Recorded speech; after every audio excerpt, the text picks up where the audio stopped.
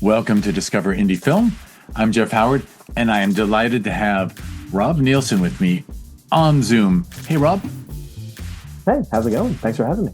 It's going well. It's great to talk to you. This is extra fun for me because I did not get to meet you at the festival because you're in Houston and I'm in LA, and we are on Zoom. And your film, The Word, was at Filmvasion Los Angeles last year in June of 2024. Took home pretty much every award you could grab. I mean, Best Short Film Comedy, Best Cast Performance, Outstanding Director, that was you. Outstanding Screenplay, that was you, as well as Colin Oakes, Sam Damaris, and Billy D. Washington. A second award for Outstanding Cast Performance. And then at Sherman Oaks Film Festival in December of last year, you came back, Outstanding Short Film Comedy. So The Word kicks ass. I didn't get to meet you at the festivals because you weren't able to travel. So that's the cool thing about this podcast for me is I get to catch up with people, whether I met them at the festival and want to chat again or didn't get to talk to you the first time around. You know, what can I say? I enjoy it. Yeah, that's so fun. And I'm glad that our bribes for all the awards got to you and the checks cleared. So, yeah. Yeah, you know, I went. It covered like half a Starbucks coffee, right? So, tens of dollars. Tens. I am very cheap. By the way, if the day ever comes that people want to buy an award, I'll be like, okay, how much? Just donate to the nonprofit. What are you talking about? You can write it off. Yeah, perfect. All right. Well, anyway, I'll stop goofing around. If people should listen to the podcast before this one. It's an interview with Rob. It's all about you and your career and your film, The Word. But so people should listen to that and they should watch The Word. There'll be a clickable link in the show notes to The Word on YouTube where people can watch it. This podcast episode is just a fun one called a 4 questions episode, which means Rob will be answering name 3 favorite films, name an underrated film, an overrated film, and number 4 is a lesser-known film for people to seek out. What can I say? I thought it'd be fun to ask every filmmaker on this podcast the same 4 questions. And honestly, I do use these recommendations when I get a chance. In fact, I'm kind of interested to see what overlap there is. Because there's got to be some things that keep coming up and be interesting to tabulate them.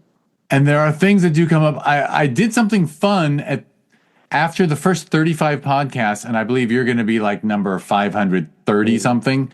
But when I had only 25 of these recorded, and there was no Zoom yet. So because I started this thing in 2017, so I invited the first 35 people to meet at a bar here in LA near my home, and about 20 people showed up. And I actually looked at 2 dudes, and I went, "Okay, you said Dark Knight was the best film ever. You said Dark Knight was overrated. You guys can have a chat now." Oh, yeah. That's great. Yeah, that was fun. But now, I had another thing for overrated, but now that you mentioned The Dark Knight, that movie is really overrated.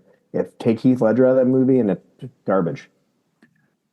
I'm with you. My line on it is I don't think Nolan liked it either. I think he's like, I tried to do something better. I tried to do something with the superhero genre, but come on. Yeah, I mean, it's a work for hire.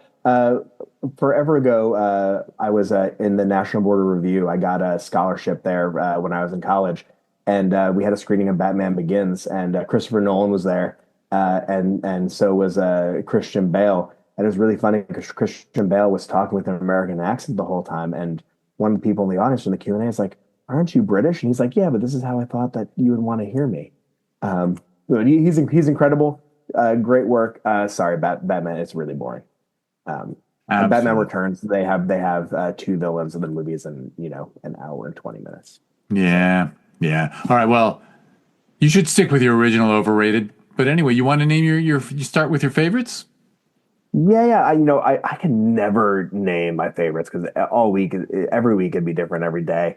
But thinking it's like when I travel for work and you go to a hotel and they have Turner Classics. If there's a few movies that they have it on, it's like I'm always going to watch it. Which is like if they have Once Upon a Time in the West playing, I'm going to watch it no matter what. If they have Touch of Evil, I'm always going to want to watch Touch of Evil. or oh God, what else? What else would I? Oh, I mean, Casablanca is probably named as an overrated movie when people do this, but it is the perfect film, and I will watch that every time as well. And then I don't know. Lately, I've been watching After Hours randomly. While I'm doing work, I'll just put that in and kind of have it playing in the background because it's just kind of fun. Um, but yeah, I guess those are my favorite for today, for right now. Excellent. I'm with you on Casablanca, by the way. I think it is cinematic perfection and totally not dated like for a film that was made when it was made. It just Uh, always feels fresh and current to me. I just love it, that it's film. it's a miracle that's good. They were writing the script the night before the shoot. That's crazy. Like you're getting your pages on the day, and that's what they turned out, and it's just incredible. Um, but I bet you it does come up on the overrated list because I have talked to friends about this. They hate on it. Damn. Thankfully, I don't think I've had. It's funny because I can handle a lot of people insulting like something one of my faves. Sure. But if someone said they don't like Casablanca, if they called that overrated, I'd be like, okay, cool. Everyone has a right to their opinion. Yeah. It's like, are you human? It's like if someone was shit on Sunset Boulevard. It's like how can you shit on Billy Wilder? Um, but yeah, but now can I shit on something? Because I wanted to see. It's like what I mean. In internet discourse, everything's overrated now. But I was wanted to see what was the top of the IMDb because years ago, Lord of the Rings was the number one movie of all time, which is it's not. But now Shawshank is on there, and I love Shawshank. It's a great movie, but it is not the best movie. Um, but I want to specifically shit on for all my Claire Denis heads that are watching at home. Beau Travail. Watched it the other day. Don't like it. It's overrated. I'm with you on both actually. Even though my lovely life partner, I think Shawshank is their number one, but I mean, Shawshank it's is it's a such a good great film, movie. but it's not amazing to me. But anyway, but you actually skipped underrated. Do you have a film in mind that you can throw Oh, out underrated. that deserved more praise than it got? Oh, yeah, sure. The Limey, Steven Soderbergh's The Limey. Great movie. They found it in the edit, and it's incredible. And it should be watched. The score is great. Performances are great, and it's shot really well. And I mean, Steven Soderbergh, like he's so prolific. There are hits and there are misses, um, but that one is so solid. That is an amazing film. I haven't seen it since it was in theaters, but so good. Oh yeah, in college I remember being obsessed with it for a while, and I saw it a bunch of times, and yeah, yeah, so good. Excellent. All right, The Limey is your underrated. Got your overs. Wow, we're already to question number four, which is a lesser known for people to seek out. I was trying to think of like what lesser known film should I be to like know that I'm a true cinephile, but I want to pick something dumb because it's so good. Have you ever seen The Forbidden Zone? Of course. Forbidden Zone, fantastic. If you could see it with an audience, I know that Richard Elfman has been touring it in recent years. That's Um, it's Danny Elfman's brother directed it, yeah, Danny Elfman's in the movie as the devil. Did all the music. and that soundtrack was one of my favorite albums on vinyl. Oh, it's so good. I believe it was by the Mystic Knights of the Oingo Boingo. Oh, the They were Oingo not Oingo Boingo. Boingo yet; they were the Mystic Knights of the Oingo Boingo. Yeah, it's when they were a theater troupe, and the writer of the movie was Matthew Bright, who made another underrated gem, Freeway, which is just an incredible movie. And then he made a bunch of garbage after that, and I mean, Tiptoes, the movie that ruined his career, is fun to watch too. Well, Forbidden Zone is a great one, actually, because honestly, when people talk about cult cinema, it's probably not seen enough by the next generation. Yeah, Because and I went in to see it completely blind at a midnight screening at the Landmark Sunshine on Houston Street in New York when that still existed, and it blew my mind. It was such a fun experience to watch because I had no idea what I was going for, and I mean, like half the soundtrack is just Cab Calloway songs, which is fantastic. no, no, that's a great movie. That's an excellent one, and that's the first time it's been mentioned. I Yeah, swear. good. It's streaming now. It's streaming in a colorized version, which is, that's colorizing is kind of lame, but I'm glad that Richard Elfman is selling Blu-rays. So good for him. Absolutely. And for anyone listening who has ever loved a Danny Elfman score, it's all there already. Like, it's there. Yeah. Like, there's a reason why he got hired to do Pee-wee's Big Adventure. Like, yeah. It's like fully formed. It's so good. It really is. All right. Well, I think we're done. We're good. Well, yeah. Thanks for having me. That was fun. Yeah. Thanks for doing it. Thanks for taking the time. And by the way, like you covered your cinephile shit with Touch of Evil and Once Upon a Time in the West and Casablanca. I guess Touch of Evil, I got to specify though that it's what was it? It was the 2005 cut or something, 2002. I forget when it came out, but Walter Murch did a re-edit of the movie. And as to Orson Welles' 50-page book of notes that he sent to the studio. So that's the cut to watch. Because sometimes when it comes on TV, it's the theatrical version, which is just butchered. But I mean, go see Charlton Heston be a Mexican. It's great. Superb. Oh, right. So a specific cut of Touch of Evil. Gotcha. Yeah. All right. Well, I will wrap it up. First of all, thank you, Rob.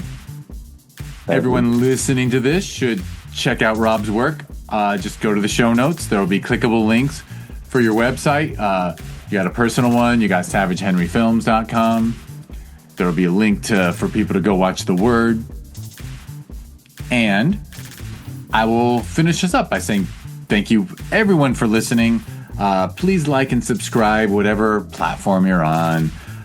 If you want to learn more about this podcast, go to discoverindiefilm.com.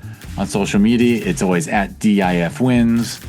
If you go to discoverindiefilm.org, that is the nonprofit that runs the two film festivals I mentioned in the beginning that The Word actually played at both.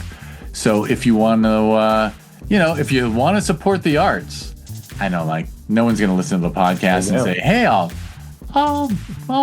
give $50 to be a member to that nonprofit or something. But, someday someone might get generous with this. I'm actually just trying to come out of the nonprofit closet, to be honest, because for years I just didn't even bother mentioning people. I'd be like, well, I got a friend who makes wine. I'm like, you want to donate some wine for our opening night gala? It's a tax write-off, dude. But anyway, I'm trying to get better at my job. All right, so that's just discoverindiefilm.org, and that's where you can learn about Film Invasion LA and Sherman Oaks Film Festival. We hold Film Invasion LA every June. This year's the 10th anniversary, so we're doing some cool shit for that. Learn more about it at filminvasionla.com and at filminvasionla on social media. Sherman Oaks Film Festival is every December. This December is the 10th anniversary of that, so go to shermanoaksff.com or at shermanoaksff on social media. And yeah, I'll mention Film Invasion LA is going to have a cousin in South America called Film Invasion Lima, Peru. In January of 2026. Contract is signed for that theater. It's moving forward.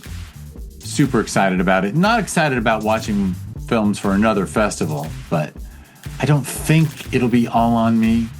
I mean, we have a jury, but I actually think I'm going to be able to beg out. No, I'm the programmer emeritus of this thing. I'm just and then you just have fun. I'm advising consent. Yeah, I'm just gonna have fun. In fact, I said maybe I should be your photographer down there, and I thought my Spanish probably isn't good enough to be the photographer. I know maybe we'll pull you down to be like, hey, you want to come to Lima, do some shooting? Hey man, I'm terrible at taking stills, but I'll go to Peru. Take bad pictures. That sounds great. I've heard it's beautiful. Everyone tells me, oh, Lima's beautiful. So looking forward to it. Yeah. All right, Rob. Thank you so much. Dennis Hopper loved it. He's got good taste. I think. That's true. I have no idea. But anyway, thank you so much. For having me. Thanks for taking the time. It was good to finally get to chat with you. Yeah. Congrats on all the great work. I'll see if I can have an excuse to come out to a Film Invasion in June. I got to go look at my calendar. Hey, you will be, not for nothing, but alumni are always welcome. You don't have to buy tickets. You can just come. Yeah, a good excuse to go see my friends out there. So yeah, Visit friends and yeah, come hang out, see some great movies. yeah, I'll see you at the movies. All right. Thank you, Rob. Thank you so much. Thank you, everyone, for listening.